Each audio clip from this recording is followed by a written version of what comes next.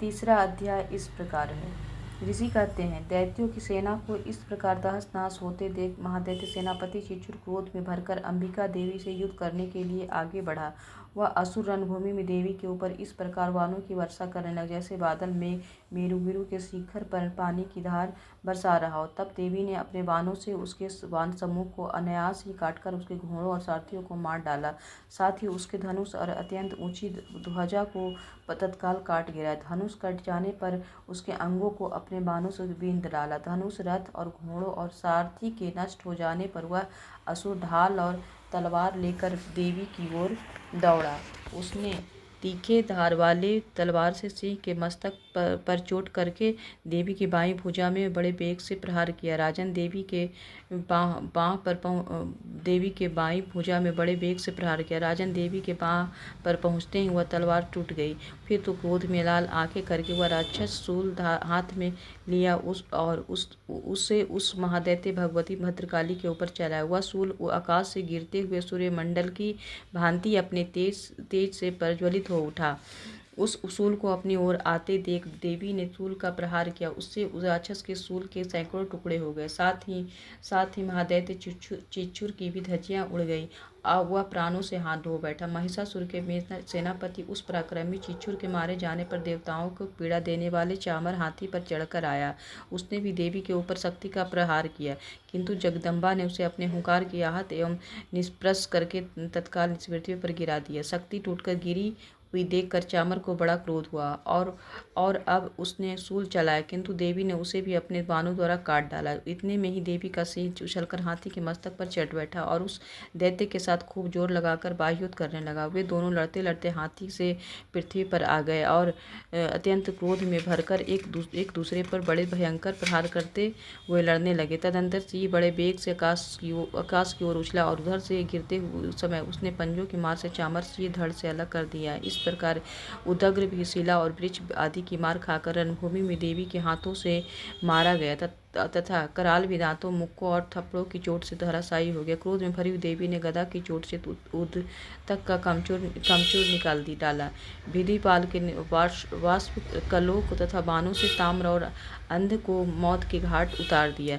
3 नेत्रों वाले परमेश्वरी त्रिशूल से उग्रासय, उग्रवीर्य तथा महाहनु नामक दैत्यों को मार डाला। तलवार की चोट से बिडाल के मस्तक को धड़ से काट गिराया। दूधर और दुर्मुख इन दोनों को भी अपने बाणों से यमलोक भेज दिया। इस प्रकार अपने सेना का संहार होता देख महिषासुर ने भैंसे का रूप धारण करके देवी के गणों का त्रास देना आरंभ किया। किन्हीं को थोथने से मारकर, किन्हीं को ऊपर खरोचों का प्रहार करके, किन्हीं को पूंछों से चोट पहुंचाकर, कुछ को सींगों से विदीर्ण करके, कुछ गणों को वेग से, किन्हीं को सिंहनाद के, कुछ को चक्कर देकर और कितनों को निश्वास वायु के झोंक से धराशायी कर दिया। इस प्रकार गणों की सेना को गिराकर वह असुर महादेवी के सिंह को मारने के लिए झपटा। इससे जगदम्बा को बड़ा क्रोध हुआ। उधर पराक्रमी महिषासुर भी क्रोध में भरकर धरती को खुरोशों से खोदने लगा तथा अपने सींगों से ऊंचे ऊंचे पर्वतों को उठाकर फेंकने और गरजने लगा। उसके वेग से चक्कर देने के कारण पृथ्वी क्षुब्ध होकर फटने लगी। उसकी पूंछ से टकराकर समुद्र सब ओर से धरती को डुबोने लगा।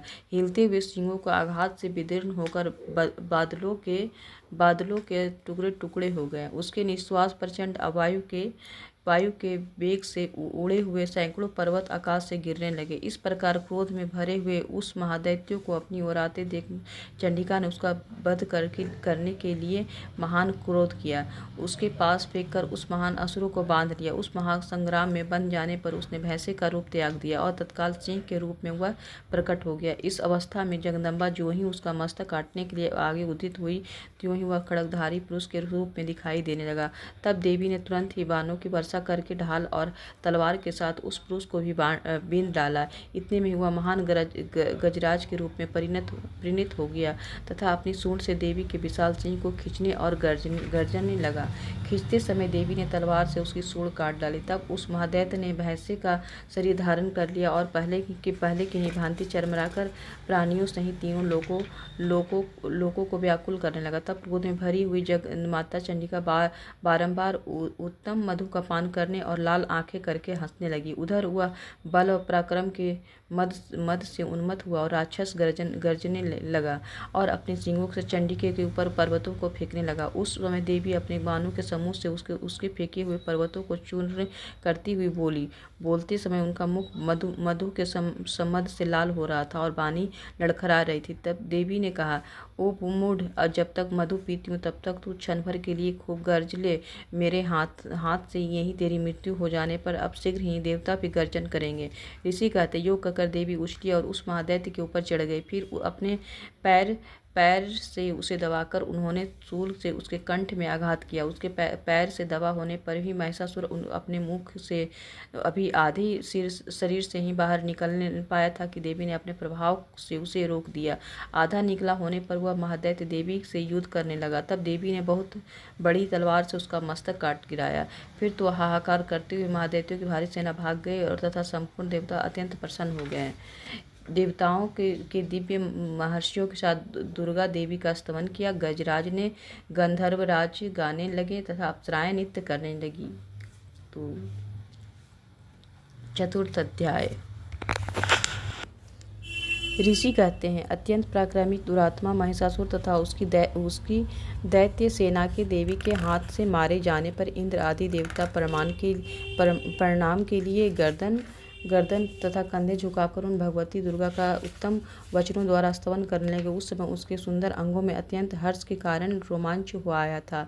देवता बोले, संपूर्ण देवताओं की शक्ति का समुदाय ही तो जिनका स्वरूप है तथा जिन देवी ने अपनी शक्ति से संपूर्ण जगत को व्याप्त कर रखा, समस्त देवताओं और महर्षियों की पूजनीय उन जगदम्बा को हम भक्तिपूर्ण नमस्कार करते हैं। वे हम लोगों का कल्याण करें। जिनके अनुपम प्रभाव और बल का वर्णन करने में भगवान शेषनाग, ब्रह्मा जी तथा महादेव जी भी समर्थ नहीं हैं। वे भगवती चंडिका का संपूर्ण जगत का पालन एवं अशुभ भय का नाश करने वाला विचार करें।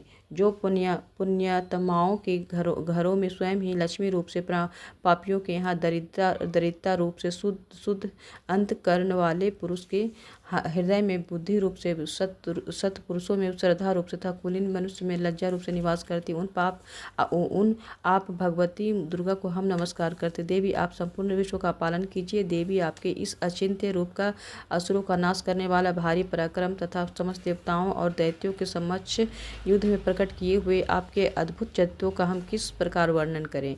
आप संपूर्ण जगत की इस उत्पत्ति में कारण हैं। आप में सत्वगुण, रजोगुण और तमोगुण ये तीनों गुण मौजूद हैं, तो भी दोषों के साथ आपका संसर्ग नहीं जान पड़ता। भगवान विष्णु और महादेवी जी आदि देवता भी आपका पार नहीं पाते। आप ही सबका आश्रय हैं। यह समस्त जगत आपका अंशभूत है, क्योंकि आप सबके आदिभूत अव्याकृता प्रकृति हैं। देवी, संपूर्ण यज्ञों में जिसके उच्चारण से सब देवता तृप्ति लाभ करते हैं, वह स्वाहा आप ही हैं। इसके अतिरिक्त आप पितरों के भी तृप्ति का कारण है। अतएव सब लोग आपको स्वधा भी कहते हैं। देवी, जो मोक्ष की प्राप्ति का साधन है, अचिंत्य महाव्रत स्वरूपा है। आपकी समस्त दोषों से रहित जितेंद्रिय सत्तत्वों की सार बहुत वास्तु मानने वाले तथा मोक्ष की अभिलाषा रखने वाले मुनिजन जिनके अभ्यास करते हैं, वह भगवती परा विद्या आप ही हैं। आप शब्द स्वरूपा हैं। अत्यंत निर्मल ऋग्वेद, यजुर्वेद तथा उद्गीत के मनोहर पदों के पाठ से युक्त सामवेद का ही आधार आप ही हैं। आप देवी त्रयी और वेद और भगवती हैं। इस विश्व की उत्पत्ति एवं पालन के लिए आप ही वार्ता के रूप में प्रकट हुई। आप संपूर्ण जगत को घोर पीड़ा का नाश करने वाली हैं। देवी, जिससे तुम समस्त शत्रुओं के सार का ज्ञान होता हुआ मेधा शक्ति आप ही हैं। दुर्गम भव सागर से पार उतारने वाली नौका रूप दुर्गा देवी भी आप ही हैं।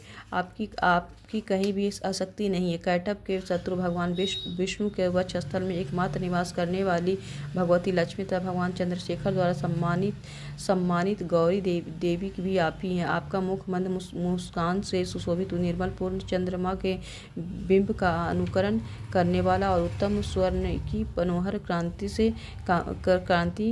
कामनीय है तो भी उसे देखकर महिषासुर को क्रोध हुआ और सहसा उसने उस पर प्रहार किया। यह बड़े आश्चर्य की बात है। देवी वही मुख जब क्रोध से युक्त होने पर उदय काल के चंद्रमा की भांति लाल और तनी हुई भौहों के कारण विकराल हो उठा। तब इसे देखकर जो महिषासुर के प्राण तुरंत नहीं निकल गए। यह उससे भी बढ़कर आश्चर्य की बात है, क्योंकि क्रोध में भरे हुए यमराज को देखकर भला कौन जीवित रह सकता है। देवी आप प्रसन्न हो।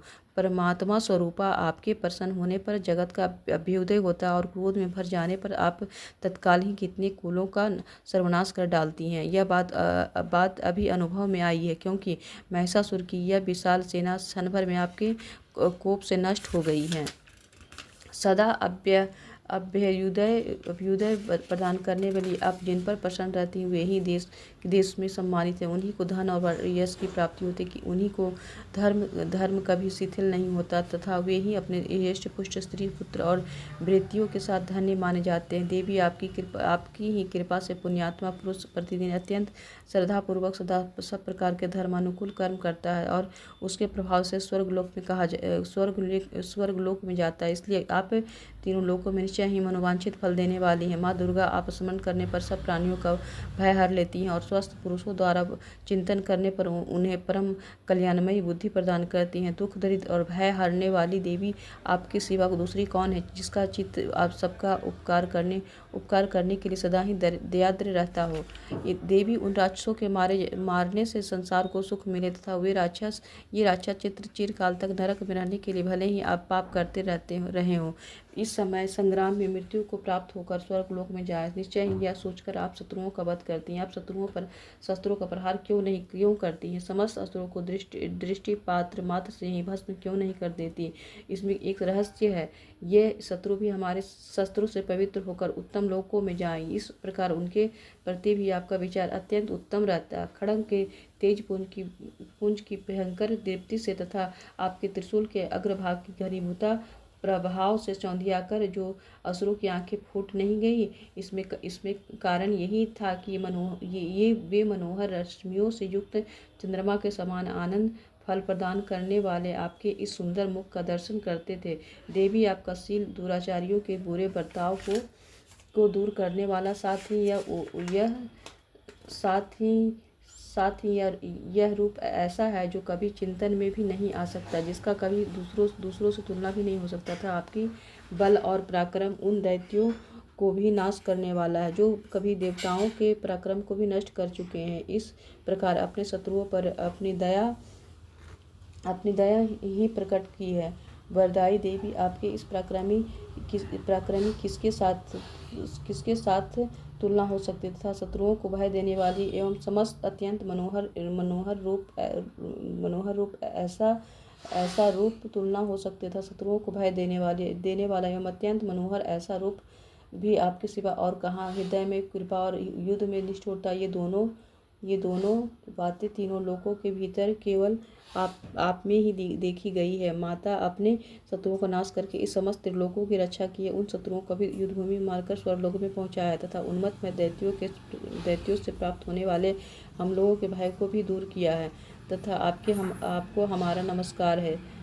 देवी आप शूल से हमारी रक्षा करें। अंबिके आप खड़ग से भी हमारी रक्षा करें तथा घंटा की ध्वनि और धनुष के टंकार से हम लोगों की रक्षा करें। चंडिके तुम पूर्ण पश्चिम और दक्षिण दिशा में आप हमारी रक्षा करें तथा ईश्वरी अपने त्रिशूल को घुमाकर आप उत्तर दिशा में भी हमारी रक्षा करें। तीनों लोकों में आपके जो परम सुंदर एवं अत्यंत भयंकर रूप विचरते रहते हैं उनके द्वारा भी आप हमारी तथा इस भूलों को भी रक्षा करें। अंबिके आपके कर पल्लवों में शोभा पाने वाले खड़ग, शूल और गदा आदि जो अस्त्र हो उन सब के द्वारा आप सब ओर से हम लोगों की रक्षा करें। ऋषि कहते हैं इस प्रकार सब देवताओं ने जगन माता दुर्गा की स्तुति की और नंदन वन के दिव्य पुष्पों एवं गंध चंदन आदि के द्वारा उनका पूजन किया। फिर सबने मिलकर जब भक्तिपूर्वक दिव्य धूपों की सुगंध निवेदन की, तब देवी ने प्रसन्न वदन होकर प्रणाम करते हुए सब देवताओं को कहा। देवी बोली, देवताओं, तुम सब लोग मुझसे जिस जिस जिस वस्तु की अभिलाषा रखते हो उसे मांगो। देवता बोले, भगवती हमारी ये सब इच्छा पूर्ण कर दी, अब कुछ बाकी नहीं है, क्योंकि हमारा यह शत्रु महिषासुर मारा गया। महेश्वरी, इतने पर भी यदि आप हमें वर देना चाहती हैं तो हम जब जब आपका स्मरण करें तब तक आपका दर्शन देकर हम लोगों को महान संकट दूर कर दिया करे, तथा प्रसन्नमुखी अंबिके, जो मनुष्य इस महान संकट को दूर कर दिया करे, तथा प्रसन्नमुखी अंबिके, जो मनुष्य इस स्तोत्रों द्वारा आपकी स्तुति करे, उसे वित्त, स्मृति और वैभव देने के साथ भी उनका धन और स्त्री आदि संपत्ति को बढ़ाने के लिए आप सदा हम पर प्रसन्न रहें। ऋषि कहते हैं, राजन, देवताओं तथा अपने तथा जगत के कल्याण के लिए भद्रकाली देवी को इस प्रकार प्रसन्न किया। तब ये तथास्तु कहकर वहीं अंतर्ध्यान हो गए। भोपाल इस प्रकार पूर्व काल में तीनों लोकों का हित चाहने वाली देवी जिस प्रकार देवताओं के शरीर में प्रकट हुई थी, वह सब कथा मैंने कह सुनाई। अब पुनः देवताओं का उपकार करने वाली है वे देवी दुष्ट दैत्यों तथा शुंभ निशुंभ का वध करने एवं सब लोगों की रक्षा करने के लिए गौरी देवी के शरीर से जिस प्रकार प्रकट हुई थी, वह सब प्रसंग मेरे मुंह से सुनो, मैं उसका तुमसे यथावत वर्णन करता हूँ। इस प्रकार श्री मार्कंडेय पुराण में सार्वजनिक मनवंतरी कथा के अंतर्गत देवी महात्म्य में शुक्रादि स्तुति नामक 14 अध्याय पूरा हुआ।